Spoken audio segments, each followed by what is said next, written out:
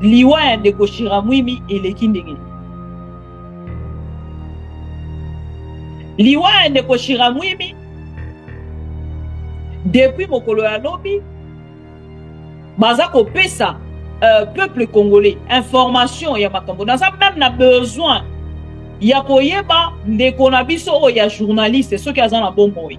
Général Peter Chirimwami akufi. Siko awa likambo ekomi à qui profite la mort du général? Nani abomi général? Une vidéo. Il y a général. Aza kotambola. Na kati ya sake.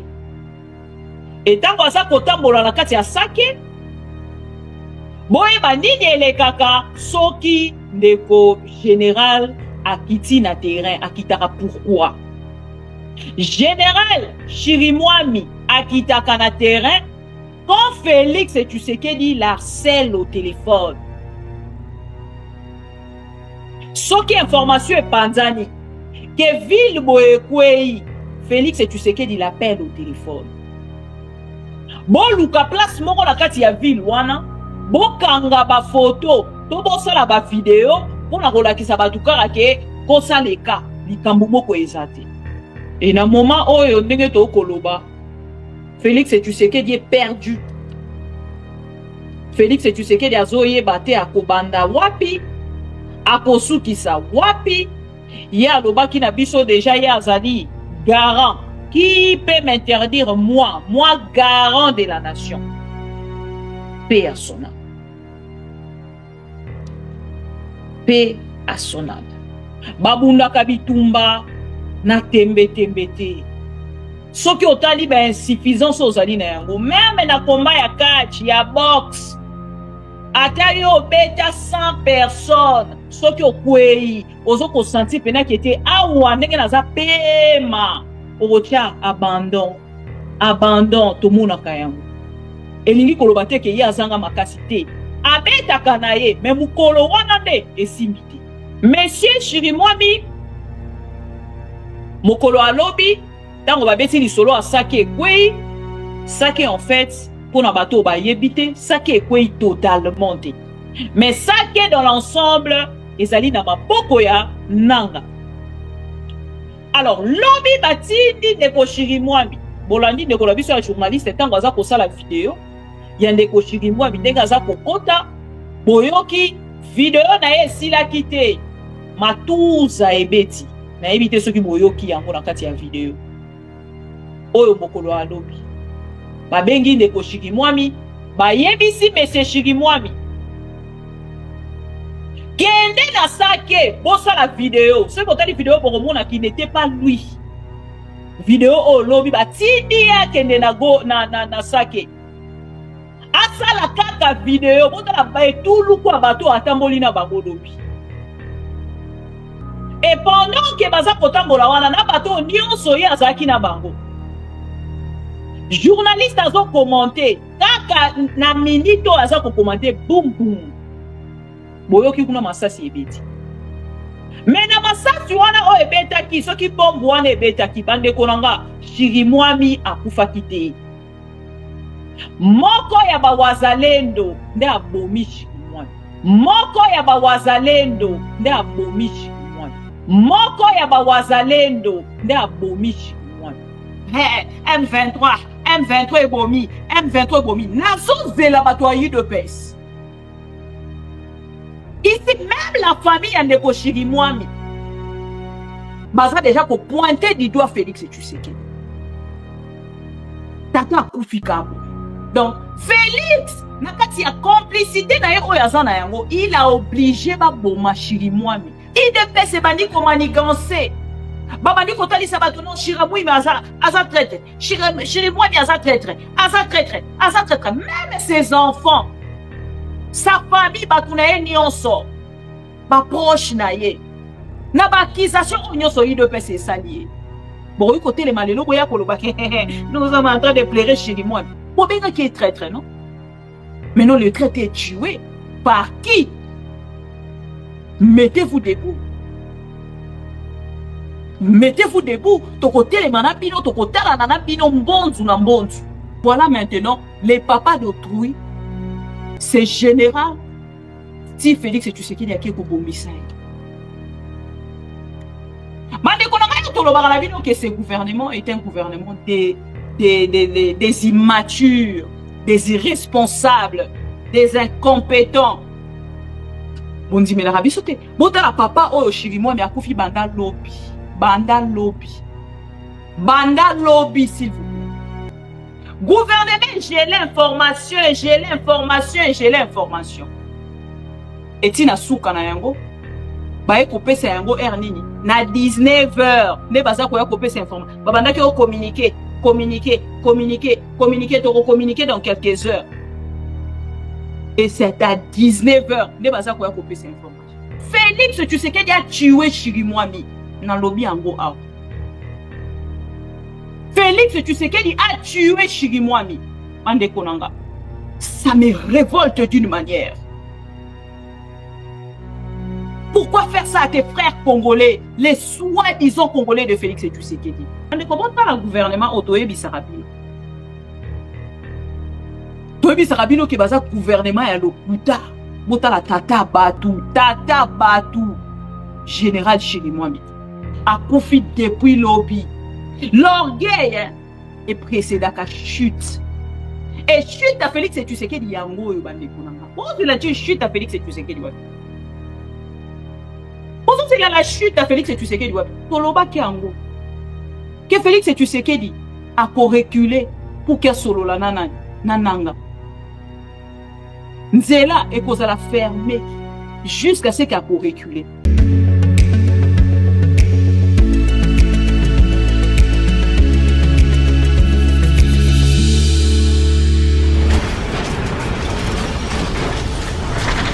Ma mission TV, le miroir du monde. Vous savez que l'armée, c'est l'instrument de la politique. Nous nous comportons en fonction des instructions du politique. On ne nous a pas demandé de venir attaquer. On nous a demandé d'observer les cessez-le-feu. Si les M23 tiennent à violer les cessez-le-feu, c'est leur problème. Ça sera vu devant tout le monde et au niveau international qu'ils ont violé les cessez-le-feu. Mais nous, de notre côté, nous faisons notre travail en respectant les instructions de la hiérarchie. À la question sur la...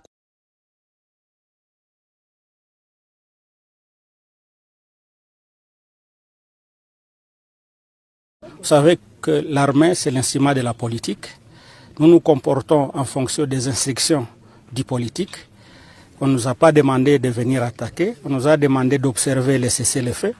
Si les M23 tiennent à violer les cessez-le-feu, c'est leur problème. Ça sera vu devant tout le monde et au niveau international qu'ils ont violé les cessez-le-feu.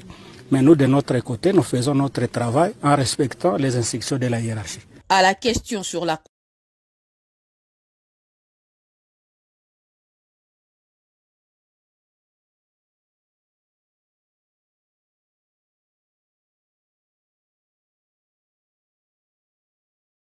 Vendredi 24 janvier 2025, nous sommes en direct sur la ligne de front où nos Roisalens de l'FARDC sont en train de s'affronter avec le rebelle rwandais DM23 RDF qui ont envahi, menacé la cité de Sake. Du côté retentissement des armes lourdes et légères, de notre côté, parce que nous sommes en train de repousser l'ennemi et tout est sous contrôle. Nous avons contenu l'ennemi et aujourd'hui, dans quelques minutes, dans quelques heures, la cité de Sake sera libérée parce que toute la nuit, nos éléments ont été déployés partout sur le terrain et sont déterminés à mettre l'ennemi hors d'état de nuire. Il est 7 heures, les affrontements ont repris depuis 6 heures et on est en train de contenir l'ennemi. L'ennemi n'a plus la force, l'ennemi n'a plus les moyens. C'est notre armée, c'est nos jeunes Ouazalendo qui sont en train de combattre l'ennemi afin de le mettre hors d'état de nuire. Une assurance totale de la part de notre armée que la population va retrouver sa quiétude, la population va retrouver sa paix. Jamais Tchikou.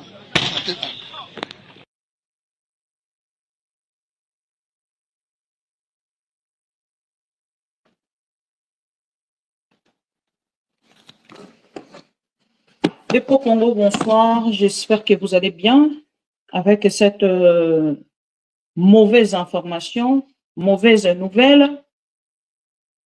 Avec cette mauvaise nouvelle, chers amis, naebi ke na moment oyo, bande qu'on a biso ba pro Congo, na benga rabino bongo, na sa rabino toujours, c'est mieux tomi benga ba pro Congo. Parce que pro mutu, pro Tshisekedi, toko koma biso nyonso wana to vandi chaque jour toko belela fachi beton, fachi kutu sikoyo, fachi kutu sikoyo. Mes condoléances na ba Congolais. Nyonso o bazali ko soutenir ba FARDC na biso.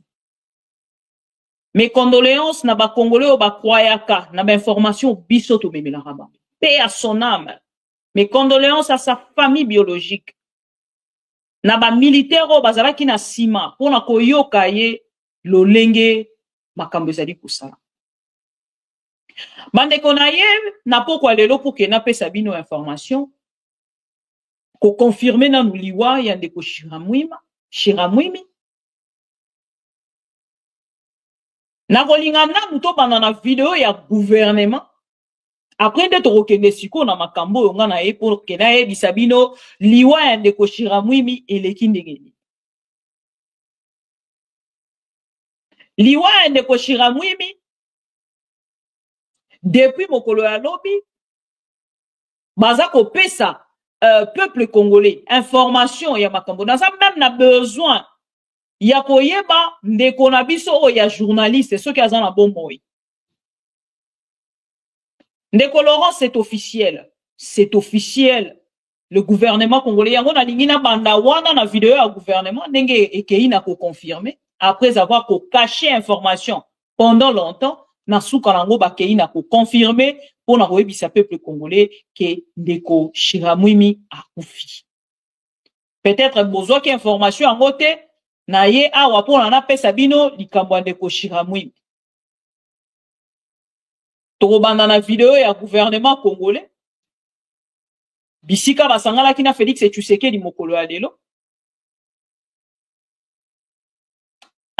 Ndeko nanga bo comprendre hein. Shiramwimi boyo excusez nga papa.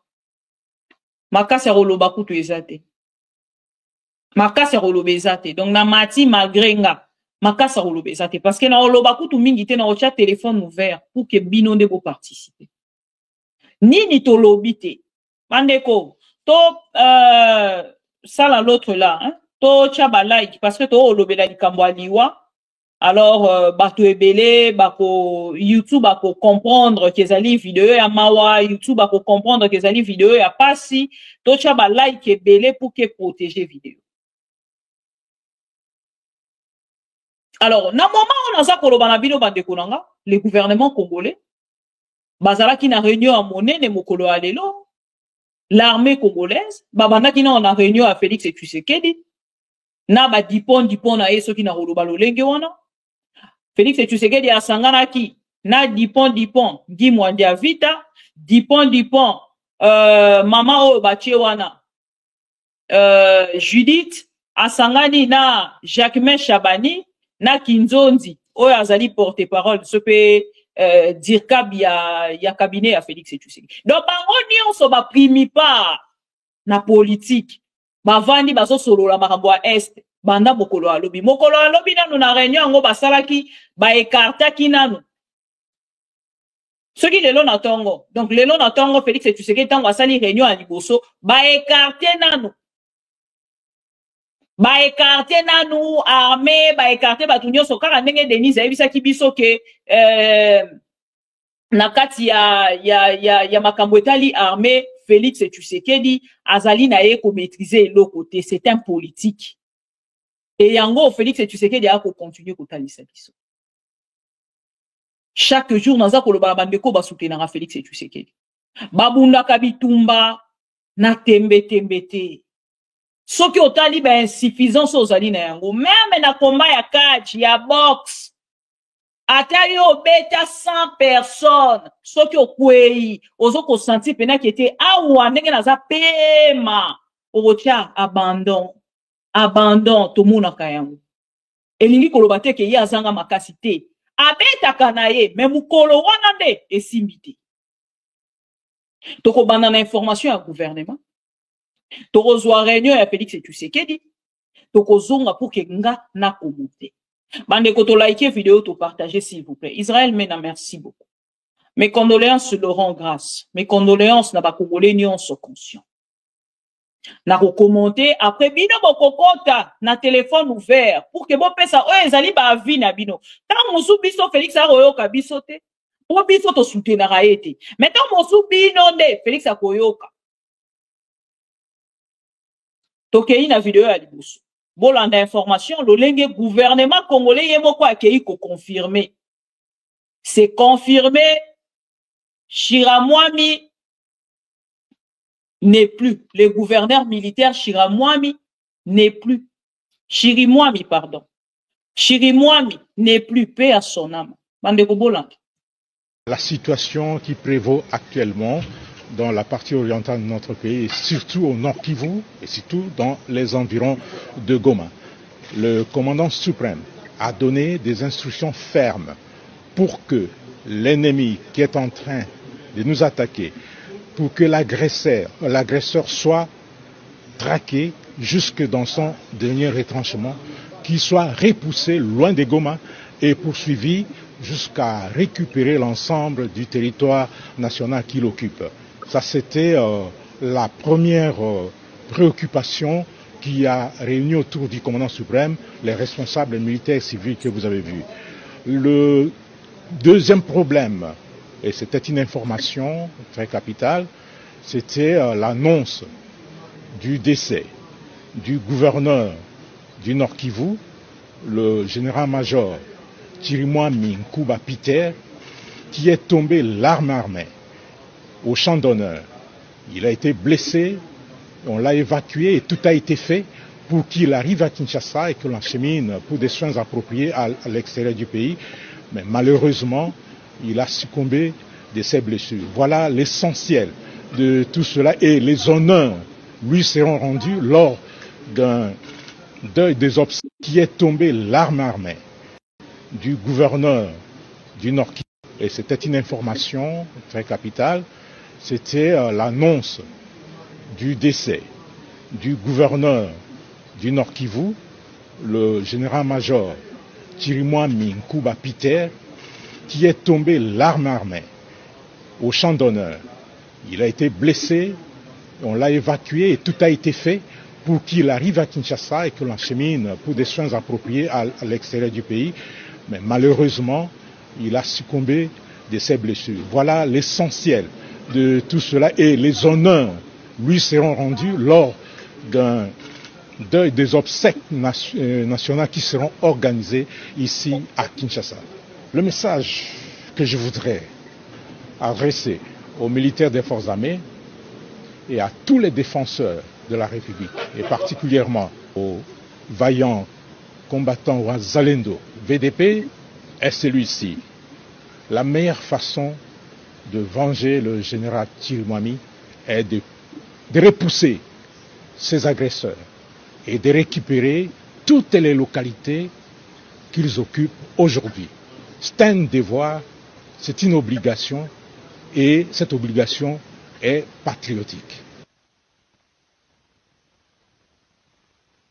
Kivu, le général problème, et c'était une information très capitale, c'était l'annonce du décès du gouverneur du Nord Kivu, le général-major Chirimwami Nkuba Peter, qui est tombé l'arme armée au champ d'honneur.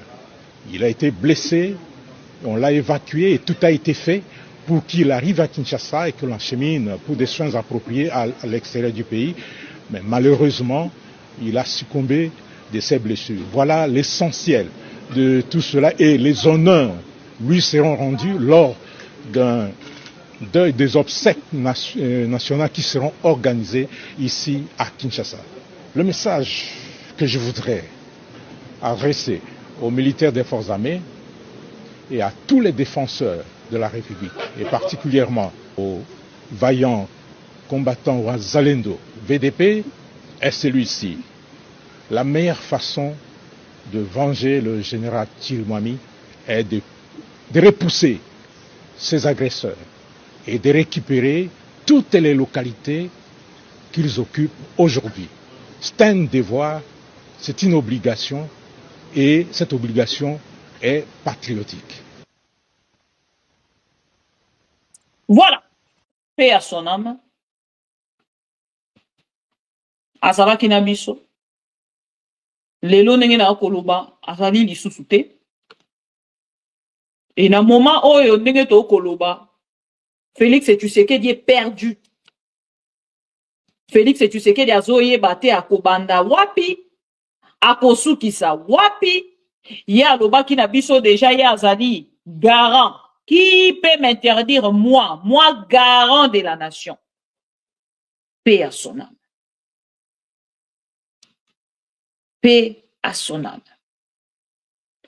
Le général Chirimwami, pardon. Bandeko bolimbisanga kombo général na oko benga ngo bien te. Général Peter Chirimwami akufi. Siko awa likambo ekomi à qui profite la mort du général? Nani abomi général? Nde sika oyo tozoko beta bisolo na bino sikona pourquoi. Mais avant to kende kuna boyebi ke général Chirimwami pardon, pas plus tard que quelques jours naute kotali sabino une vidéo. Naute kotali sabino une vidéo. Il y a général aza kotambola na kati ya sake. Et tango aza kotambola na kati ya sake, boye bandini elekaka soki ndeko général akiti na terrain akitaka pourquoi. Général Chirimwami akitaka na terrain quand Félix Tshisekedi l'harcèle au téléphone. Soki information est panzani que ville boyekwei Félix Tshisekedi l'appelle au téléphone. Bon luka place moko la kati ya ville wana, bon kanga ba photo, to bon sala ba vidéo pour na kolakisa batu kaka ke kosa leka likambo moko ezate. Monsieur Chirimwami mokolo alobi tango babeti lisolo a sake kwei sake en fait pour na bato ba yebite sake kwei totalement te. Mais sake dans l'ensemble ezali na maboko ya nanga. Alors lobi batindi ndeko Chirimwami bolandi ndeko la biso ya journaliste tango aza kosala vidéo ya ndeko Chirimwami ndenge aza kokota boyoki vidéo na ye sila kite matuza ebeti na ebite soki boyoki yango na kati ya vidéo oyo mokolo alobi babengi ndeko Chirimwami bayebisi monsieur Chirimwami kende na sake bosa la vidéo ce botali vidéo boromona qui n'était pas lui vidéo o lobi batindi ya kende na go na sake asala kaka vidéo botala bae tulu kwa bato atamboli na bango lobi. Et pendant que baza kotambola wana na bato nyonso ya zaki na bango journaliste azo commenter kaka na minito aza ko commenter boum boum boyoki kuna masasi ebeti. Mais na masasi wana o ebetaki soki bombe wana ebetaki bande konanga Chirimwami akufaki te. Moko ya bawazalendo nde abomi Chirimwami. Pourquoi babomi Chirimwami? Depuis 4 jours déjà. 4 jours déjà. Oh Dieu, ewuti kotambola. Bino nyonso bozaki na biso na téléphone. Na tchelaki bino audio na ebite soki bobosani. Bobosani. Comment dit-on que la rabino ba information en fait boyo karabiso on dirait bozo koyo kate. Mande ko bo rendre rabiso pe service. Na uti ko la bino information mo très sensible. Na yeli bino audio moko très sensible chers amis. Nalobaki na bino audio avec beaucoup de sérieux. Félix Tshisekedi n'a jamais fait quelque chose. Il est toujours innocent. Félix yé na part na ezalaka kaka batu mususu. Félix asala kelo côté. Félix asala kelo côté. Depuis Félix abanda pouvoir na ye, Félix nano asala di kambuté. Félix est toujours innocent. Chirimwa minanga munaye. Akei kuna na sake. Bota la ndenge ye moko aza kosala video bota. Bozo komona. Shikimwami aza kosala video. Bota l'attitude ya Shikimwami. C'est ezalaki attitude ya muto aza contenté. Mais pas obligé à kende na sake. Il n'avait pas le choix. Ba imposer ya kende na sake. Bande ko soki bolandi video wana bokoyoka boom na suka. Bolanda yango na uti kocha. Mais monsieur Shikimwami a commis. Ba bombardé. Quand ya bananga est bombardé, monsieur Shikimwami a koufité. Bango boko bazu masasi babeti ndeko Shikimwami. Balobi toko balolela ngo kaka ennemi. Pona nini? Bolanda sko audio. Autant mususu tant toko lekana boyoka ka mettons so yoka ki mobosani. Babandi kosala ndeko Shikimwami abandi ko dénoncer pouvoir au lelote. Mais le quoi abiso to bade ko tanga entre les lignes te. Tozalaka toujours na difficulté wana. Ndeko Shikimwami abandi ko dénoncer pouvoir oyo kala. Na tshela bino vidéo na lobby général oyo. Makambo ya lobby. Lolenge a affiché Félix Tshisekedi. Na ndenge a lobby likambo ya koloba que nous les militaires nous sommes les instruments. Ya ba politicien topé ya politique. Tokoyoka sango. Bande ko bozo na ba émission précédente. Bonsoir dans la émission précédente. Donc, Félix, nakati ya complicité na ye oyaza na yango, il a obligé ba boma Chirimwami. Bolanda vidéo. Boyoka. Kona ba moma boyende siko conscience ezonga kabiso. Tolanda biso na bino vidéo. Wakati ya Goma hapana kuogopa kabisa, liwali wa jimbo la Kivu ya Kaskazini. Que l'armée c'est l'instrument de la politique. Nous nous comportons en fonction des instructions du politique. Vous savez que l'armée, c'est l'instrument de la politique. Nous nous comportons en fonction des instructions du politique. On ne nous a pas demandé de venir attaquer. On nous a demandé d'observer les cessez-le-feu. Si les M23 tiennent à violer les cessez-le-feu, c'est leur problème. Ça sera vu devant tout le monde et au niveau international qu'ils ont violé les cessez-le-feu.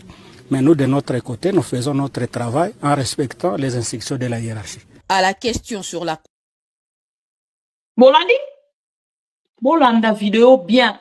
Pona zo zelana pona batoyi de pes. Koya kolobake M23 ebomi, M23 ebomi. Nazo zela batoyi de pes. Ici même la famille a Ndeko Chirimwami. Baza déjà ko pointer du doigt Félix Tshisekedi. Tata Koufika boy. Papa Koufika boye, je vous jure. A Koufika boye. Aloba Kango. Que je suis un simple instrument. IDP se bandi ko manigancé. Babandi ko tali sabato non Chiramouimi aza traître. Chirimwami aza traître. Aza traître. Même ses enfants. Sa famille batunaye nyonso. Ba proche na ye. Na ba accusation nyonso IDP se salié. Bon, côté les malelo, nous sommes en train de pleurer Chirimwami. Bon, bien qui est traître, non? Mais non, le traître est tué. Par qui? Mettez-vous debout. Mettez-vous debout. To côté les manabino, to côté la nanabino mbonzu na mbonzu. Quand on a kolobana que Chirimwami a lobaki, déjà, que je suis un instrument. Parce que c'est lui qui était le gouverneur militaire. Mais est-ce qu'il y a des qui m'ont conduit à opération sur terrain? Pourquoi tout le temps, c'est le mot Chirimwami? Nde sengela ki na part na bino botindaka kuna na ngomba bomoni video oyo. Ezalaki ka soki mboka ekwei batinzi Chirimwami akende na mboka wana. Pourquoi seulement Chirimwami? Pendant qu'il y a les chefs des opérations sur terrain, wana ya liboso. Yabi balesko boya koyoka audio oyo. Na bakization nyonso esalemi. Tomoni que même audio ya maman Denise, ils ont cherché le moyen. Ya koluka ko bongo la ko komisa ko fake news benga ngo sokina ni intelligence artificielle baluki ba raison nini na part na bango bakokaki kopesa na ba video ya maman Denise. Mais bande konanga. Mais ba audio oyo etamboli baza ko accuser bango moko IDPS baza ko accuser Chirimwami. Bozila pardon. Na chela bino ango. Oke boyoka. Ya liboso naza ko chela bino. Oyo. Bolanda. Après na ko chela bino deuxième. Oui, oui, vraiment. Je te dis que... Je dis ceci. Je dis ceci. Est-ce que tu peux m'expliquer, tu peux m'expliquer clairement la ville ou bien les territoires qu'ils ont récupérés est sacrifié par qui? Par quel commandement ou bien par quelle autorité qui a fait que non, ce territoire-là puisse tomber? Ce territoire qui puisse tomber, c'est gouverneur Chirimwami. Le gouverneur Chirimwami, quand nous sommes en train de battre l'ennemi, ils nous disent qu'ils veulent assez que l'avion de guerre puisse monter. Quand nous attendons, l'avion de guerre ne monte pas. Il vous a dit que non, il va faire monter les avions de chasse et ils n'ont pas eu la chance de monter les avions pour intervenir. En tout cas, les avions de chasse n'ont pas monté. Moi, j'étais sur terrain, j'étais avec le gouvernement, j'étais avec vraiment et avec beaucoup des autorités, mais les avions de guerre vraiment n'ont pas monté. Précisément, maintenant, vous êtes où? Vous avez fait les replis jusqu'où? Nous avons fait le repli au niveau d'Enzoulo. Au niveau d'Enzoulo, c'est à proximité de Goma, donc c'est à 5 km de Goma. Goma et Minova, c'est combien de kilomètres? Goma et Minova, je pense que ça peut être au moins 15 km. Qu'est-ce que vous voulez que je dise au chef de l'État maintenant? En tout cas, nous voulons assez que s'il fait tout moyen possible de faire monter les avions de guerre, vraiment, nous aussi, nous pouvons faire tout moyen possible de déloger ces rebelles-là qui sont au niveau de Minova et autres entourants. Moi, je vous demande de prendre courage, prenez courage. Vous êtes des autochtones, vous êtes des pères et des mères. Il faut combattre pour votre pays. Le Congo vous appartient. Prenez courage. On va vous soutenir toujours dans des prières et puis on va aussi motiver. Je vais faire des rapports au qui des droits et je vais vous revenir encore pour vous donner quel est le message qu'on va nous dire. Qu'est-ce qu'ils vont faire aujourd'hui? Oui, vraiment aidez-nous comment parce que à l'heure où je vous parle, les crépitements de balles sont en train de s'écouter là où nous sommes. Nous sommes au niveau d'Enzoulo. Au niveau d'Enzoulo, c'est à 5 km de Goma. Ne me dis pas ça. Ok. Je suis en train de vous dire, enfin. C'est que Chirimwami, c'est un traître, il est contre les FARDC. C'est lui qui est en train de livrer les FARDC. C'est ça, non? Oui, vous serez en train vraiment d'écouter aussi les informations. C'est que demain ou après-demain, n'étonnez pas vraiment d'écouter que Goma est tombé. Sans effet, Goma ne sera pas tombé, mon frère. C'est ce que je suis en train de te dire. Si les avions de guerre ne montent pas, demain ou après-demain, Goma sera tombé. D'accord. Laissez-moi, je vais vous revenir dans 20 ou 30 minutes, je reviens.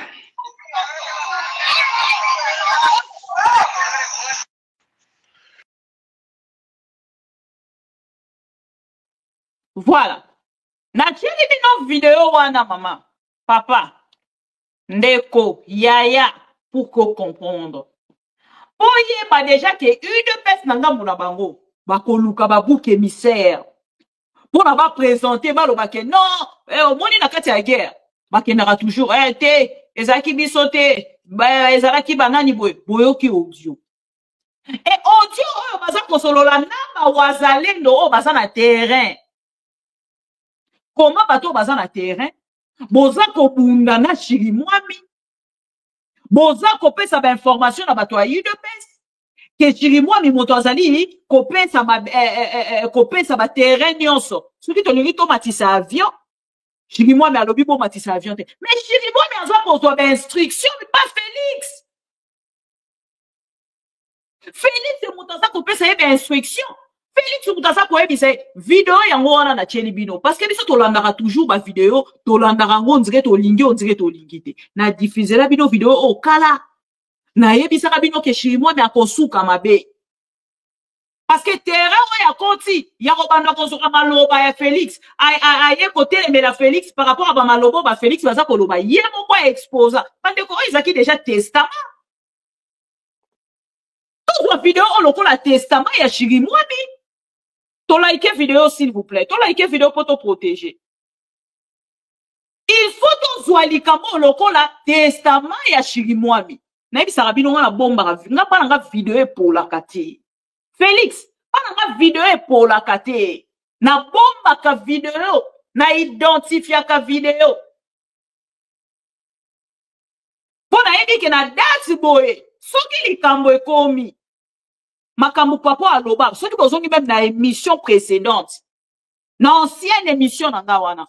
Boko yoka. Na commentaire kaka boy ndenge na zoloba na loba ka Chirimwami est en danger. C'est que ce papa vient de dire linko loba ki a sandi. Makambo Félix aza ko melisa papa o papa o aza ko kokali susute. Boza ko imaginer que boza na kati ya guerre. Félix Tshisekedi envoie ses gouverneurs. Oh, il y a quoi mon conduit à Nord qui vous mobimba. Pour qu'il y ait un ministre. Rwandais. Kotandele ma tapi. Oh, il y a un militaire nyonso. Baza pour sécuriser un ami tout cas. Quelle humiliation. C'est quoi cette humiliation? Même Israël n'a pas stocké comme on a makambo. Et si tout le monde ministre russe. Bah, il y a un kati ya mboko susudi. Ah, pardon. Russe, on va bundasuna banani, mutu et perdre. Mutu est comme une perturbation. Ukraine. Et si vous moni, ministre des Affaires étrangères russes accueillis na Ukraine. Baké ko yambaye, donc basa ko protéger ye, ko lengela ye. Félix Tshisekedi a tué Chirimwami. Nan lobi ango awa. Félix Tshisekedi a tué Chirimwami. Mande konanga. Ça me révolte d'une manière. Pourquoi faire ça à tes frères congolais, les soi-disant congolais de Félix Tshisekedi? Toyebi qui va soldat na biso. Papa, boti ka ko sala ko protéger Félix Tshisekedi chaque jour dans akoloba yango. Chaque jour dans akoloba yango boti ka ko protéger Félix Tshisekedi. Bonzo mando ki bo balole la Félix Tshisekedi. Bon fuka misaye. Bon fuka misa Félix Tshisekedi comme Sili. Un président de la République a la carte à cop à drogue. Bon, mon Eric Mandala Bakanga, ça fait 2 mois. Mais R2O peut cette information parce que sur fake news. Heureusement, la police espagnole, la police Espagne, est-il biso. Est-il dit ma vidéo dans les réseaux sociaux. Donc, partager information. Bakanga, il y a 200 cas. 200 cas, il y a drogue. Bande Konanga. Et ces messieurs-là, ils ont un passeport diplomatique. On a un sujet, mon quoi, part. On a un dossier avec des vidéos. On a un passeport diplomatique. On a le lingue Félix Ayambaye. Combien de fois Félix Ayambaye? On a mon moutou, mon quoi, il y a 2 personnes à Kolobake. Et au monde, il y a Zarakana Félix Tshisekedi. Depuis quand il y a au monde, Félix Tshisekedi? J'attends une personne comme ça. c'est la bino ba dialéloliste. Boya oyem ça. Nya ebiti ok ba ça kana Félix Tshisekedi. Tout c'est la bino. Et voilà maintenant les papas d'autrui. C'est général. Si Félix Tshisekedi a quelque bombissa. Mande konanga tolobaka la bino que ce gouvernement est un gouvernement des immatures, des irresponsables, des incompétents. Bondi mela rabi sote. Bota la papa oyo Chirimwami akufi banda lobby. Banda lobby. Banda lobby, s'il vous plaît. Gouvernement, j'ai l'information, j'ai l'information, j'ai l'information. Et tina souka na yango. Baye kopé sa yango nini. Na 19h. Ne baza koya kopé sa information. Babanda ki o communiquer, toko communiquer dans quelques heures. Et c'est à 19h. Ne baza koya kopé sa information. Et na 19h, baye kopé sa information. Bon, on a une information de bandi, babandi na non, l'ennemi en train de combattre la République démocratique du Congo. Parce que baten dengue ni ba kotise. Bon, on a bien. Tu vas cette information. L'ennemi. La situation qui prévaut actuellement dans la partie orientale de notre pays, et surtout au Nord Kivu, et surtout dans les environs de Goma. Le commandant suprême a donné des instructions fermes. Il y a des instructions. Il a donné des instructions, les instructions fermes. Mais instructions fermes, wana, Allah ta sokoto, bon ben commandant suprême. Il y a armé. Bolimo longole yango. Aloba ki moi garant, moi garant. Bolimo longole yango commandant suprême. Bolongoli est déjà. Mais le kolobara que Félix Tshisekedi est un commandant suprême. Bon côté, commandant suprême et dit kolobani. Il y a un droit à la tata tenu à Kéi na front. Na la kisa ki bino photo ya Mobutu azala na front, Kabila azala na front, Mobutu yewana azala na front, Akena na front. Mobutu azala na front. Na ba militaire ke ko encourager bango na situation oyo ndenge Chirimwami akufi. Félix n'a pas des instructions à donner. Félix la tata tenu kende na Goma. Et Sengeli Félix Tshisekedi a la ta tenu à kende na Goma. Wana Mobutu. Oyo Kabila. Nanga kutu. Bozela. Non, on a la photo mo ya nanga a. Pourtant bon le babiso que Félix Tshisekedi a sa civil. Moi si n'est pas lobby à Silisi à lobby. Félix Tshisekedi est un civil. Yé makambo ayaki na pour na makambo wana te. Félix Tshisekedi est un civil. Nanga zaki nani? Nanga zaki militaire. Nanga c'était militaire. Nanga le ça pour coordonner Nyon Solelo. C'était militaire. Oui, bisanga. Bino va te soutenir Félix Tshisekedi. Nanga était militaire. Mais esprit a kotisi zage, a koti na kati ya zamba, a lati tenu, a komi po bangi sa Félix. A komi ko zangi sa Félix Kimia. Félix a commis le côté là de l'eau, Mengaya ndenge na ça c'est fini pour moi. Nako ça là affrontement na mutu nyonso sauf nanga parce que esprit o nanga ça nango lelo et c'est esprit o Félix Tshisekedi aza nango te. Nanga ke ko bunda kuna ke ko luka ba formation. Nanga yo wana lati tenu. Siko moto amibenga ka garant de la nation.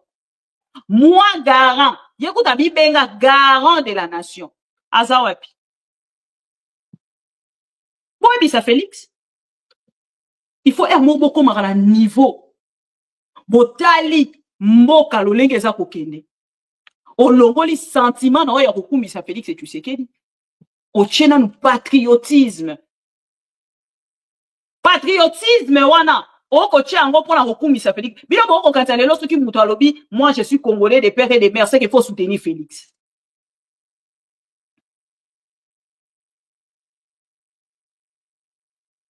Bozo kokanisa ke mutu pour que babenga e penza congolais patriote. Pour mon que patriotisme, mais ça qu'on gagne à la carte makila mutu, il faut aller au bafaki béton, voilà pour le bikeko. Bande kolanga ba luba, boza ko s'est trompé. L'orgueil est précédé à chute. Et chute à Félix et tu sais qu'il y a un gros bande kolanga. Bon, tu l'as dit chute à Félix et tu sais qu'il y a. Bon, c'est la chute à Félix et tu sais qu'il y a. Toloba qui a un que Félix et tu sais qu'il dit a reculé pour que solo la nananga. Nzela et cause la fermé jusqu'à ce qu'elle a reculé. Bande kobo qui n'est pas site nion sobrotala. Lobby ezala qui les États-Unis d'Amérique a interpellé qui citoyen naï. Angleterre et qui Colanda. Après Royaume-Uni, Royaume-Uni ta webengi pe citoyen naï. Lelo na kolobalabino c'est la France. A bengi ba citoyen naï. A bengi ba citoyen naï a lobby na bango. Alerte. Boza la na position batou. Ya kokende. Donc, il dit koloba que Félix et tu sais que dîner kaza wana za isolé. Na loba kiango. Na bandi kolobango le lote. Depuis na banda ki kosala ba analyse na ebisa ki bino Félix et tu sais que des isolé. Bande ko bota la gouvernement otoye bisarabino. Toyebi sarabino ke baza gouvernement ya lokuta. Bota la tata batou. Général Chirimwami. A confi depuis lobby. Namoni ndeko mora komi na tchaki commentaire na même na libo so lobby. Alors à quoi sert l'état de siège? Si le chef de l'état de siège est tué, faut-il continuer avec l'état de siège? Pour Kolongolengo. Francisca Pemba, merci beaucoup. Ton lobby n'a peuple congolais. Félix, tu sais qu'il est un incompétent. Mais ça, gouvernement, il y a ba lokuta. Ba bombi liwa et papa ou banda mokolo a lobby. Mandeko so ki ezala ki M23 moto e bomi. Depuis lobby, c'est gars qui va passer information. So ki bo lobby ke oh non, so ki ba lobby ki lobby ninga ki affaiblir armée. Bon, on n'est pas pesi le affaiblir armée. Selon vous. Donc, Wazalendo FDLR de motoba bombi de konabiso Chirimwami. Gouvernement gérer situation, boyebi déjà to diffuser la information mususu nangambu na bango ndenge gestion ya ba Wazalendo ezalaka difficile pour na FARDC. Balingaka conseil te, balingaka ba orienté bango te. Donc Félix aza incapable ya organiser armée congolaise na kati ya combinaison oya sali. Ba Wazalendo ba FDLR na armée congolaise a eu possibilité te ya kotia de l'ordre. Et lelo ndeko Chirimwami akufi. Chirimwami bakomi kokomisa ye moko kaka gouverneur de la province ya Nord Kivu. Kaka ye wana pe ba commissaire lisusu bota niveau IDPS ça na tâtonnement moto ya zali gouverneur ya Nord Kivu bango ba commissaire lisusu chef ya ba opération et pourtant Chirimwami mais aza chef ya ba opération fait bon moni tâtonnement Chirimwami soki akei na terrain alobaka Chirimwami lobi ti akomi atikani koloba te. Nachela kibino video. Arrivé na ya lobby.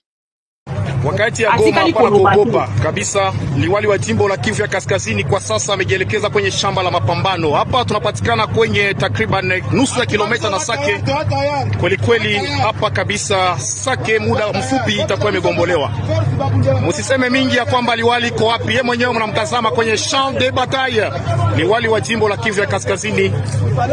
Yeye mwenyewe kabisa kwenye champ de bataille, kwenye ligne de front. Les gouverneurs militaires du Nord Kivu. Sikia mambo sasa.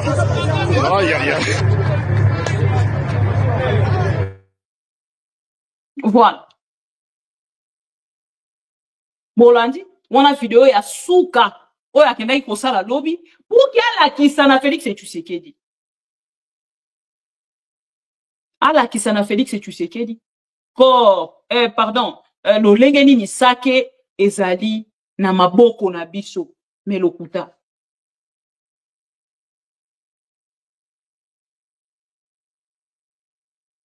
Moto yazali na kati ya ba opération militaire te boza ko pousser tout le temps.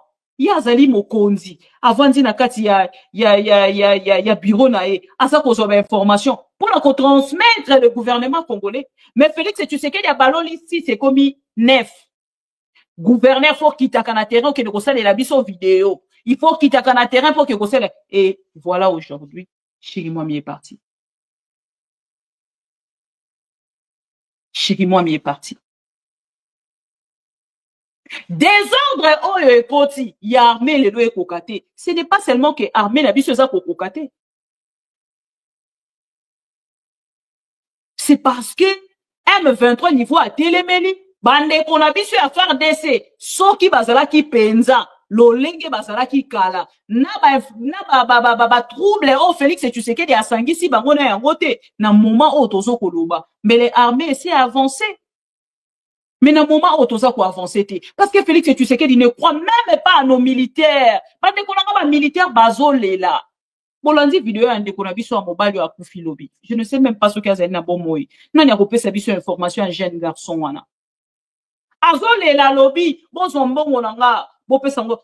Si azawana yebi na yeke azo kufa. Asali vidéo, je ne sais pas ce qu'il y a tinde la kinai.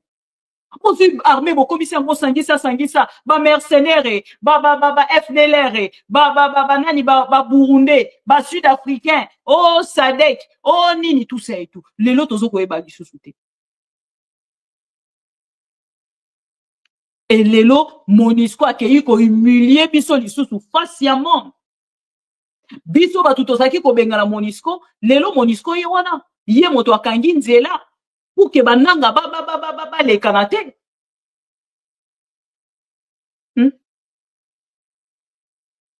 Félix Tshisekedi moto ya telemaki a na bisa ki bino ke discours ya Félix Tshisekedi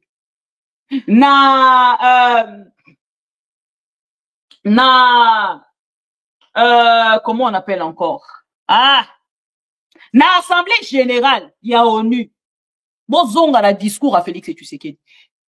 Tango lobby ke Monisco esengeli ekende si na fin ya ne oyo Monisco esengeli ekende bande kona ebisa ki bino ke azui kaka discours ya Kabila asali di copier coller parce que bande konanga esengeli kozala réaliste na ebisa kabino likambo wana esengeli tozala réaliste bande konanga même compassion ya mokie soki tozana yango si réellement Félix asa congolais angaka soit compassion nanu ya ba congolais o baza ko kufa ba congolais o baza ba blessé de guerre lelo ba congolais oyo lelo baza ko la libanda ba déplacer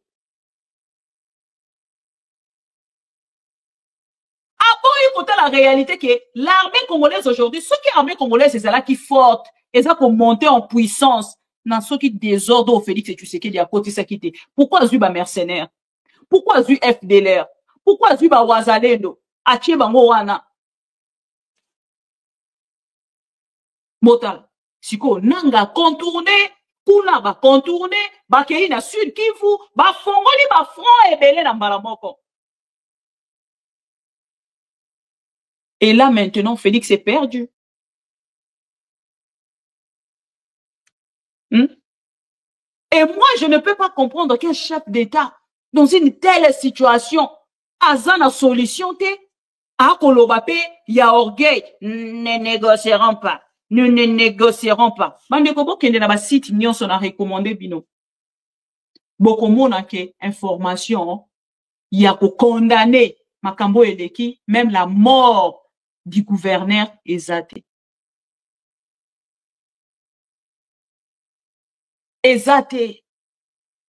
aucune condamnation ni à Monisco ni à ONU ni ce qui a communauté internationale bango nyonso la France oni bazo ko benga ba citoyen na bango ba bongama bazala na ba passeport na bango ba document na bango ba tala que ce qui est valable pour que ba longwa mboka oyo à tout moment.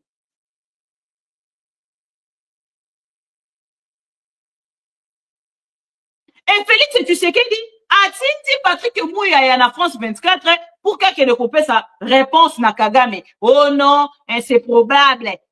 Une guerre est probable. La probabilité d'une guerre contre le Rwanda. Il y a mon Félix Tshisekedi à promettre guerre. N'a pas plateau à télévision, n'a campagne partout. Si les non guerre en haut. Faut-il qu'il faut déclarer en haut?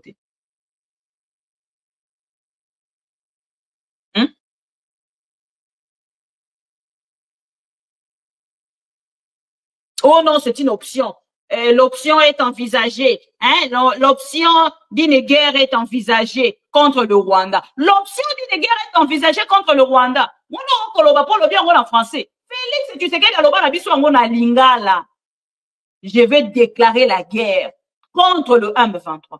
Et awa, dans la information, Félix, tu sais qu'il dit, après si meeting de lobby et Sengeli. Bon, c'est la pardon, là, tu la bino information, on a pardon. Bon, là, tu la bino vidéo, na bango. Il y a réunion na bango restreinte. Oh, bah, où tu connais ça, na bokolo alelo. Boromo, na. Bon, c'est la pardon.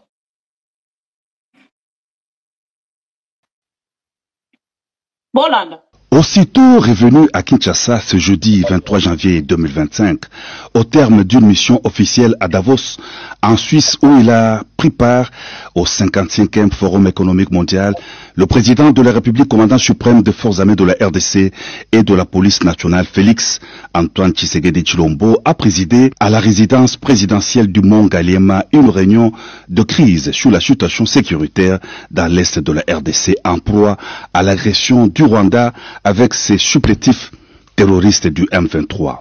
La première ministre Judith Souminoa, les vice-premiers ministres chargés de la défense nationale Guy Kabombo, Madian Vita et de l'intérieur Jacques Chabani, ainsi que le directeur de cabinet du chef de l'État Anthony Kinzo ont pris part à cette séance de travail de 3 heures en prélude à une réunion du Conseil supérieur de la défense élargie que présidera le chef de l'État, ainsi que la réunion hebdomadaire du Conseil de ministres afin de faire le point sur la situation sécuritaire et humanitaire dans la province du Nord Kivu.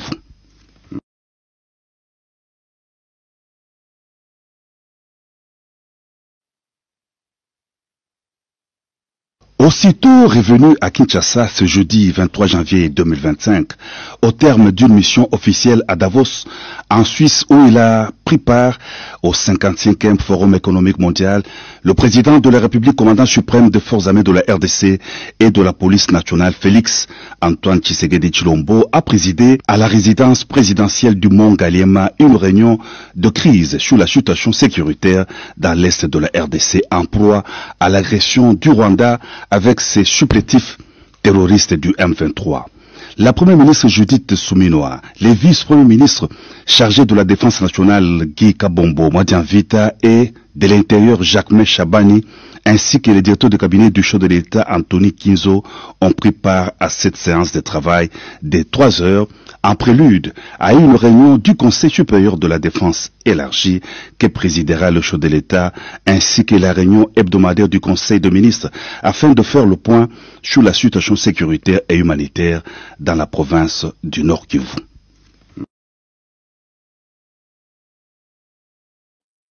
Mande Konanga, awa Félix Tshisekedi a chargé première ministre Judith. Alors, la première ministre Judith a déployé dans Goma ma membre du gouvernement, donc dans une mission. Une mission de réconfort. Ma benga Bongo, mission de réconfort incluant membres du gouvernement. Nakati ya mission oyo, esengeli biso to se na bino liste. Ya bato esengeli bakedi.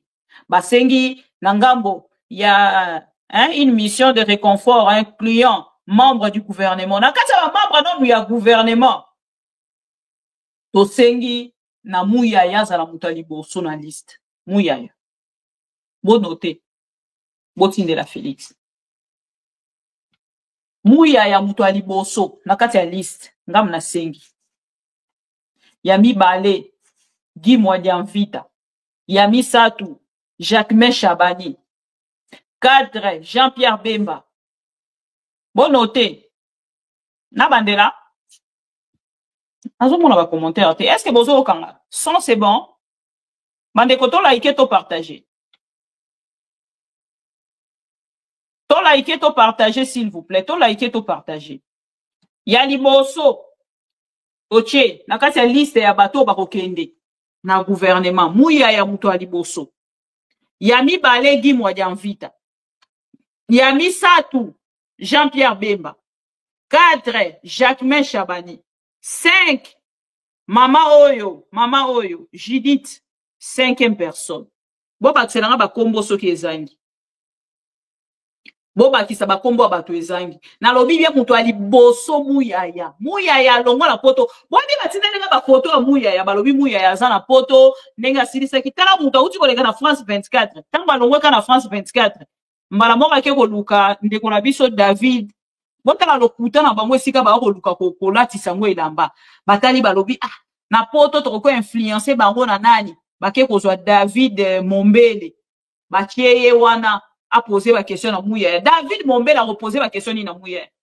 A retourna la question ni na Muyaya. Muyaya siko ndenge nini okomaka mobali ya mwana ya premier ministre ya tango wa Kabila omona na ye wapi ba question ni a retourna Muyaya. Question ni a retourna Muyaya. A retourna Muyaya question ni. Pourquoi a retourna la question sur la vie privée de quelqu'un? A retourna la question sur Marabeta Limboka. Donc, qu'est-ce qu'on a parlement? Au moins, on est bosouki, et non bosoukité. Donc, on a parlement. Na parlement, si koyo, tozui. Na bosani, Julien Paloukou. Et sengeli azala na liste, wana. Julien Paloukou. Et sengeli azala na liste, abatu barokende na este. To lingi to kabino bokimite, oh non, hengaite. Ngala kokende te nazoka libumu pasi. Boma ata na avion bokende kuna.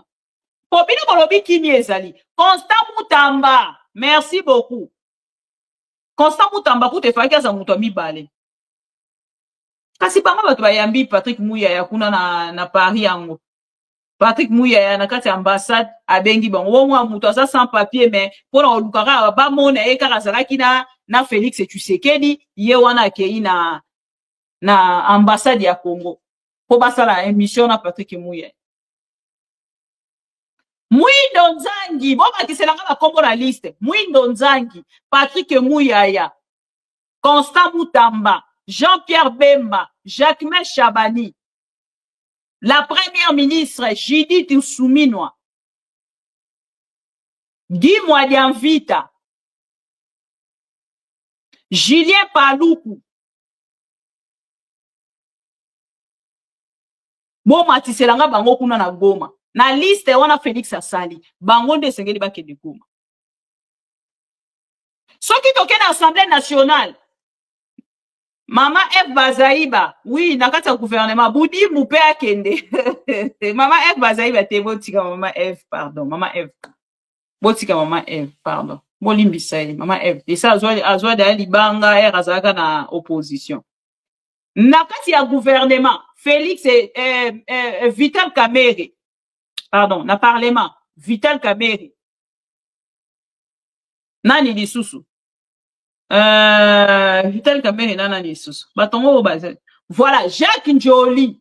Vital Kamerhe. Jacques Njoli. Voilà. Jean-Pierre Kalamba. Soki Jean-Pierre Chibala. Soki nani. Jean-Pierre nani. Jean-Pierre, comment ça va? Oh, il y a IDPS wana ya parlement. Oh, a zo place en bata. Combone sunan. Combone ça sunan. Ndeko longa muluba wa zo place en bata. Donc na kati Assemblée nationale, tozui Ndeko Kamerhe Vital. Tozui Mbosso. Tozui Jean-Pierre nani Kaembe, kombo les aranani. Potangila nga kombone ko kombo ya ndeko nga muluba na ekimi ngai te Eliezer Gahoya na ba député. Wana nazoloba na bateau yo baza na bureau ya Assemblée nationale, na bureau ya Assemblée nationale. Chilumbai, ah Josué, merci beaucoup. Vital Kamerhe, Jean-Pierre Chilumbai, Mosso, na bureau, Jacques Njoli, bino 4 wana, na Assemblée nationale, tout le monde a bino na Goma. Pour bino bozo yebisa peuple congolais ke kuna kimi ezali, makambo nyonso bien, eloko moko ezati. Vital Kamerhe, Mbosso, Jacques Njoli, Jean-Pierre Chilumbai, bino 4 wana, tout le monde a bino kuna. Na Goma, bisika Chirimwami akufi. Balobi yango babengi yango a mission ya réconfort. Mission de réconfort. Bokende kuna. Bokende ko réconforter. Bokende ko réconforter famille ya ndeko Chirimwami na bana ya Goma nyonso, na bana Saki. Chilumbai, j'espère koyo kinga. Kombosko ya ba député, o esengeli ba kende, ngala zo salela bino liste botindela bango. Na ba député, na Assemblée nationale, ah, Zakari ozo mema na makambo, Zakari aza député provincial. Ya kasa ipe kuna kendaka na epeta vanda na Kinshasa zoraka mbongo. Ah. Na makambo bazotanga bato baza kuna bozotanga Zakari. Zakari aza na Mbushima ikuna so na Chikapa soki wapi. Okay. Na kati ba député, tozo Eliezer Ntambwe. Député à Liboso. Mbosso, député à Mibale. Augustin Kabuya, député à Misatu. 4e. Bon, nous kelanga kombo a député moko boywana, o ya lubara mingi, alekara na télévision. Bon, nous kelanga ba kombo na bango. Na tche déjà Mbata, Eliezer, Augustin Kabuya, Chilumbu. Voilà, Jean-Paul Chilumbu. Bon, bibona ki sake bino kozaka ba tribaliste te bino nde sengeli bokende kuna. Ba Swahili kutu batikala. Bino nde sengeli bokende kuna. Po bona ki sake bozaka ba tribaliste te. Voilà, bokende kuna. Steve Mbikai, wana skot ozui na ba politicien. Steve Mbikai. Steve Mbikai, Sami Badibanga, nani lisusu. Adolphe Muzitu, kende kuno kende kolakise sika ni esengela kito cha mur. Oh, loba kito tonga, muro loba kito tonga. Kende kuno kende kolakisa bango ba stratégie wana. Kende kolakisa bango ba stratégie wana. Je pense qu'en fait, bato baza kolinga ko sakane la peuple congolais. Bazo linga ko sakane la peuple congolais. Nangi oso peuple congolais aza kolela. Peuple congolais aza kolela chaque jour bande konanga. Lobi na la kisi bino situation. Ya ba déplacé. Lolenge baza kolela. Lolenge baza kobelela gouvernement congolais. Talela biso likambo. Gouvernement congolais. Talela biso likambo. Ekomi lokwa nzembo bande konanga. Ekomi lokwa nzembo. Bande konanga biso bazo yeba lisusu te. Na ba journaliste Patrick Lokala lelo tango topesi information au mutu aliboso kutu anzima ki ko partager information za ki pero loi. Patrick Lokala azwa ki mission ya koluka ko contredire bato nyonso bazana Félix Tshisekedi te atelemi a commenter mutu aliboso. Contrairement aux fake news partagées par les journalistes pro Rwanda. Les généraux vivants. Nous t'en partageons qui en. Siko atoza wapi. Bon, mon eska crédibilité na bino ba sombi ango. Na ba journaliste ya Félix Tshisekedi o ba kokende. Israël Mutombo le bisaka biso za journaliste investigation. Depuis lobby na butu. Liwa ya Chirimwami baza koloba ke Chirimwami akufi. Eliezer Ntambwe. Tangu baza koloba depuis lobby ke Chirimwami akufi. Boya ki abozo koloba lokuta. Bazo kolinga kokosa information. Bino boya kana ba vraies informations. Pourquoi information ya Chirimwami ebimi pa na binote? Boloba ke za fake news. Boya ko ebisa peuple congolais pardon. Boya ko s'excuser. Boya siko ko s'excuser proche ya peuple congolais. Na ba journaliste ba rokende kuna tozu Israël Mutombo, Peter Tiani, Patrick Lokala, Paulette Kimuntu. Wana listo ngala za ko pesa bino. Boba kisaba kombo. Boba kisaba kombo. Bosemba oke ko sani kuna. Oh, bo baby si list. Botika. Bobebi c'est liste. Liste bando kende bien depuis na bandi liste kende nango bien. Boyo bakisa bosembe. Ke bosembe. Botika. Voilà. Na koloba na bino, les ambassades demandent à leurs ressortissants. Ya kozala prêt. Ya ko quitter Goma. Ba ko senga bango même ba quitter Goma. Donc, tant que l'air est grave, c'est-à-dire l'air est plus que grave. L'air est plus que grave. Donc, en un moment où il y a matanga otozana yango. Motomoko esengeli to accusé comme on a Félix Tshisekedi. Et motomoko esengeli biso to longola la pouvoir, eza Félix Tshisekedi. Et oh eza ba signe il y a échec, il y a Félix Tshisekedi. Na situation, il y a Est, il y a République. Monisco ezali ko sunga biso pour que na pas na bango Goma ekweyate. Mais toyebite na mystique ya fourmi. Toro là la pe pour Goma ekwey. Parce que ce que la communauté internationale est condamnée, mais États-Unis d'Amérique eza ko senga ba ressortissant na e ba bonga mabalo wa Goma. Royaume-Uni, eza ko senga na ba ressortissant na balongwa ba ke de Goma, balongwa Goma. France eza ko senga na ba ressortissant na bango balongwa Goma et ningi koloba ke quelque chose ne va pas. Boke de siko kolanda ba jalelo liste na bino. Boke ne royo ke information ni ba roya ko pesa bino. Na nyonso biso to ko tambola matin midi soir toza ko lala te. Na yebisa ki bino banda lobby.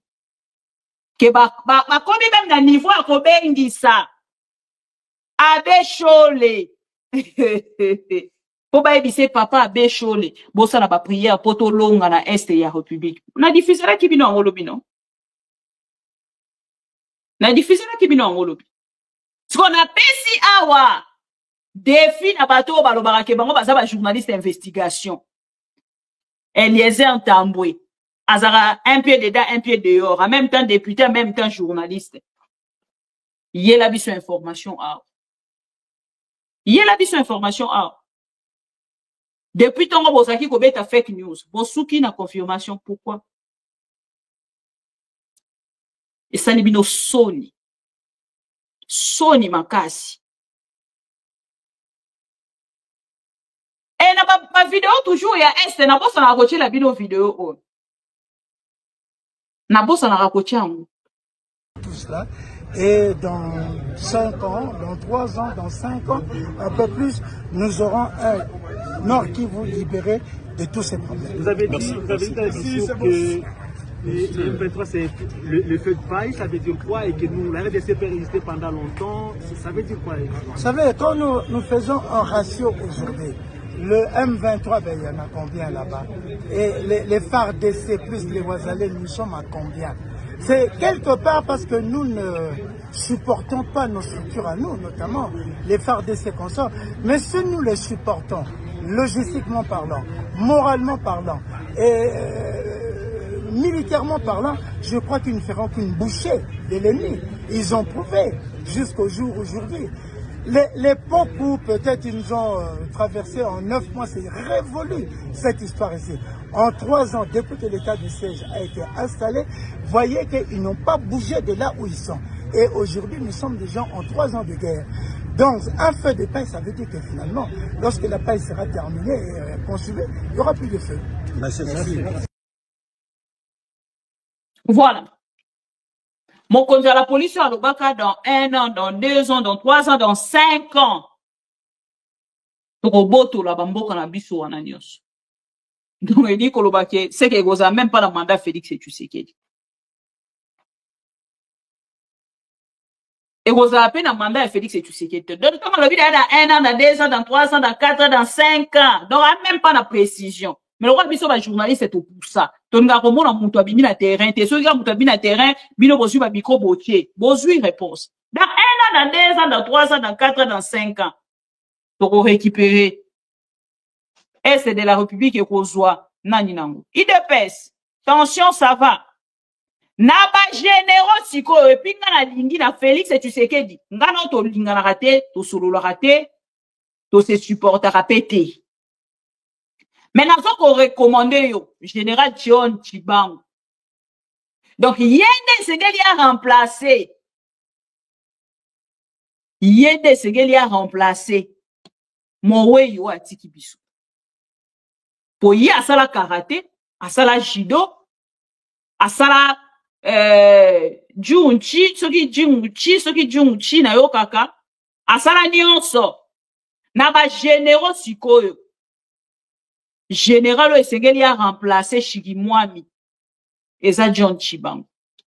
Na recommandé au général John Tshibang pour la partie est de la République. Lokola ya azalaka général ya mapinga. Donc ye penza mapinga. Tindela biso général Tshibang. Kuna. Iye mutu aliboso. Ya mibale tosengi général wa uti kolongwa. Oya uti kolongwa commissaire conseiller na oana. Christian Chiwewe mutu amibale na liste ya ba généraux. Oyo rotinda na est ya République. Parce que na guerre so senga pe batu basala ba judo lokola John Tshibang. Donc lokola il est déjà ça la judo. Jackie Chan, bomenga Juchi Chu. Ah, uti ko sanga ko. Juchi Chu boko sanga. Babenga ngoni. Juchi Chi. Babenga ngoni nya uti ko sabe ko na la batanga pardon. Babenga ngoni. Babiloko nyoso sala na babenga ngoni. Jackie Chan. Voilà. Jichu.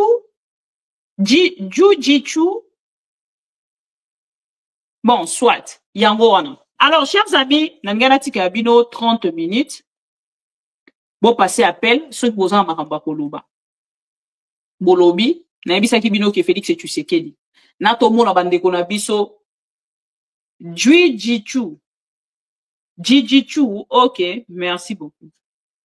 Alors, Nato Bandeko Nabiso Baza Kokufa, Félix incompétent, qui n'a pas de solution, mais qui insiste pour la rotal isaka peuple congolais, qui n'a pas patriote, pour les kabato union sobaleka, je peux faire quelque chose, ni tout ça et tout, Bandeko Nabiso Baza Kokufa. Tomoni biso na bino, mobali ya kweki. Na bisa kibino bitumbo eza bituma mibali. Oya aza mobali atelemi. Oya aza mobali te akokweya. Et awa tokoki koloba te ke Chirimwami aza mobali te. Chirimwami est un homme na koki koloba. Chirimwami aza mobali. Mais ba contourner ye. Oh na bosani na Top Congo. Avant la pesa bino parole, téléphone eza déjà ouvert bolimbisanga. Na diffuser bino vidéo oyo. Na bosana ki kochela bio vidéo au banda lobby. Na Top Congo. IDPS et PC interview. C'est la bolanda armée congolaise et PC interview. C'est très important. C'est très important là chez la bino. Pardon bolimbisama. Depuis Bokola Lobby, armée congolaise, qu'est-ce qui se passe? IDPS, Boko Kangate. Boko Kangata Tamukete. C'est là, pardon. Bolimbisanga vidéo, on a checké en wapi. Nala Kisabino, IDPS Banda Mukolo ya Lobby. Baza ko commenter kaka likambo ya ba traître. Bango soki ba kwei, soki ba komi na suka. Ezalaka oh ba traître, bozela. Boka vidéo o. Na Top Congo, ba kende déjà koloba ke non, bamboka wana nyonso eza ko kwei avec rapidité parce que nanga zali ko avancer parce que tozana ba traître na kati na biso. Bande konanga, général oyo nani Christian Chiwewe, azalaki mokonzi ya état-major général. akoloba ke ba traître bazali mais eloko nini ezali kozanga opesa liste ya ba traître wana balongola bango na kati ya armée eloko nini ezali kozanga depuis tobanda kaka na ba traître wana nde Kabila alongaki bato Kabila bazaki kosala video na fronte tango balongi basilisi te tomonaka général mokonzi ya mapinga atelemi ye moko aye koloba mais oyo ya UDPS bato baza na front chaque jour vidéo bazosala vidéo chaque jour baza kodiffuser. Où est cette vidéo? Posez la pardon, vous accordez 30 secondes. Voilà. Vidéo yango, il y a interview à lobby. Voilà. Simplement une trahison de quelques éléments. Deuxième élément, c'est qu'il y a eu des renforts. C'est revenu au Rwanda. C'est très très important. Il faut aussi savoir une chose, c'est que cette guerre est une guerre des minéraux. Numbi, Lumbishi, Sanje et Minova aujourd'hui, c'est parmi les plus grosses réserves mondiales de ce qu'on appelle les terres rares, parmi lesquelles la tourmaline, le béryl, le beryllium, mais aussi et surtout la cassitérite, le coltan, aussi de l'or. La mine de Roubaïa, si vous avez déjà entendu parler, si occupée par l'ennemi, il y a ces mines qui constituent des millions et des millions et des millions de dollars américains. Comment se présente la situation sécuritaire ce soir à Minova? Contrairement à ce que l'ennemi est en train de diffuser partout, oh, l'armée a fouillé, ainsi de suite, pas du tout. Il y a eu un repli stratégique pour mieux s'organiser et je peux vous dire qu'à l'heure qu'il est, les FARDC sont très très bien positionnés sur beaucoup d'axes, sur différents axes pour récupérer les positions. Il faut dire qu'il n'y a pas eu confrontation dans beaucoup d'endroits. Dans le langage militaire, hein, un repli stratégique. Il n'y a pas eu de confrontation pour ne pas verser le sang. Nos forces de défense et de sécurité qui sont régies par des principes humanitaires ont préféré ne pas engager l'ennemi dans les plus fortes agglomérations. Voilà. Naebisaki bino ango, nachelaki bino ango jour wana, mais nachelaki bino extrait. Ah, nazoli bino interview ndenge nini elekaki na Top Congo. Et awa bande kolanga bo comprendre bino moko Félix akotika la kotika ba soldat na biso libre ba bundate. Baka na repli stratégique. Baka na repli stratégique. Depuis babandaki baka na repli stratégique. Donc tokotika la kolonga bitumba ote. A kolonga bitumba te, toza na repli stratégique et il ne compte même pas à nos soldats. Donc loko aza ko compter na bango tazo compter na ba mercenaires pe batalisie. Saki yango ne kwei. Minova ekwei, Masisi ekwei, etikali ka Goma. Bande ko besoin un téléphone ouvert pour que vous participez. Tout ça 15 à 20 minutes. Attends mon téléphone. Déjà on a l'opinion so hein. Déjà on a l'opinion so. So bon moni que vous participez bo bandi. Na moni 3 appels déjà manqués. Bon bo benga siko au téléphone les ouvert. Ngala pesi bino merci et courage na bande ko na biso nyonso balanda biso à travers ma mission TV le miroir du monde. Encore une fois, ezo osenga pe mabondeli ya makasi pona makambo. Yango bomoni lobby ndeko na biso abesho la lobaki quelque sont mabondeli o ekosenga mais mabondeli e bundaka na kati ya guerre te. Même Israël azobunda. Ezoko senga pe to bunda na terrain na ndenge ya solo pa na ndenge ya ba aventure au Félix et Tshisekedi aza ko salisa armée congolaise. De plusieurs choses, mais principalement le ministre nous a fait part de son projet, de sa proposition de réunir les confessions religieuses dans la prière le 9 février pour prier pour le FARDC et aussi organiser une quête en faveur de nos militaires. Alors, il voulait la collaboration de l'Église catholique là-dessus. Et là, je lui ai fait savoir que c'est notre mission comme Église de prier. La situation de l'Est, nous en sommes conscients. La situation sécuritaire, la situation humanitaire est catastrophique. Même la vie de nos militaires, personnellement, J'étais dans une mission il y a quelques années, avant que la situation s'empire, où on a touché de doigt la réalité de nos militaires. Donc l'église catholique n'a pas de problème pour prier, mais dans sa particularité. La particularité, c'est quoi? C'est-à-dire, notre foi nous demande d'aller plus loin, de prier même pour l'ennemi. Ben, évidemment, ici, le ministre voit le FARDC avec raison. C'est voilà pourquoi nous disons que donc il n'y aurait pas d'inconvénient pour l'Église catholique de prier pour la paix, parce que les militaires sont victimes de manque de paix à l'est du pays, et il n'y a pas que de militaires. Pensons à tous ces déplacés, à toutes ces familles de personnes qui vivent dans la forêt, à toutes ces victimes des enfants orphelins. Donc ils ont besoin de la paix, ils ont besoin de la prière. Donc ce serait l'occasion justement pour intensifier les prières que nous faisons déjà pour la paix. Alors, une autre particularité pour les quêtes pour l'Église catholique, c'est le droit canon dont que l'État congolais s'est engagé à respecter dans l'accord cadre.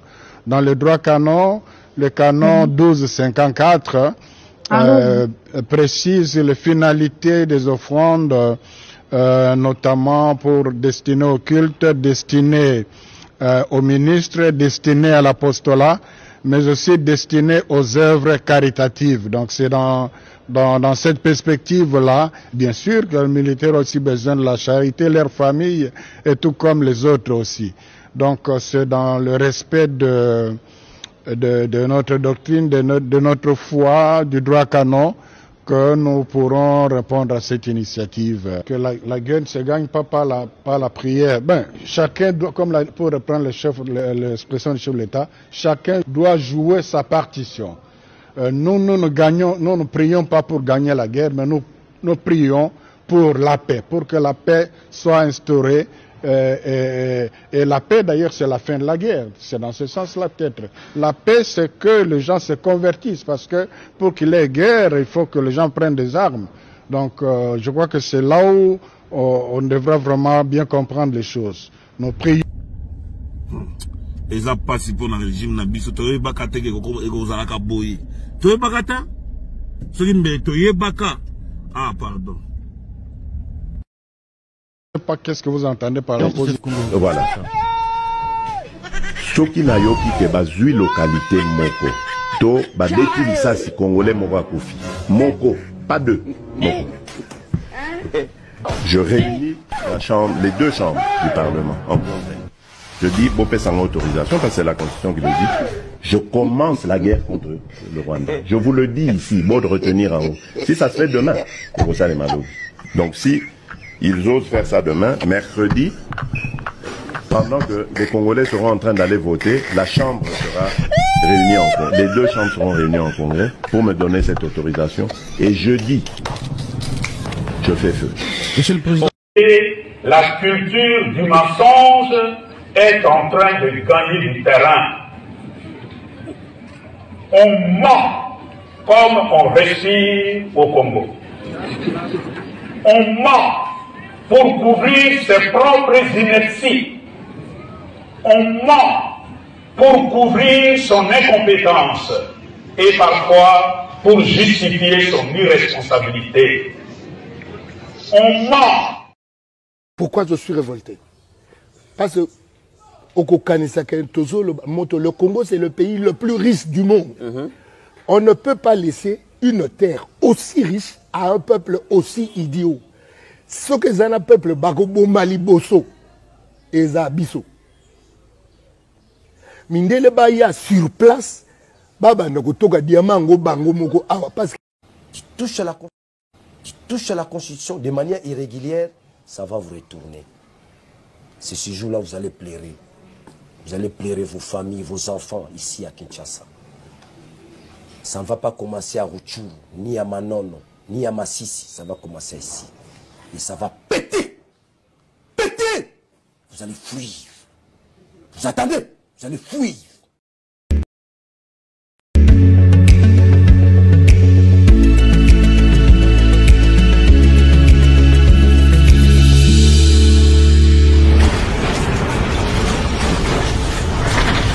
Ma Mission TV, le miroir du monde.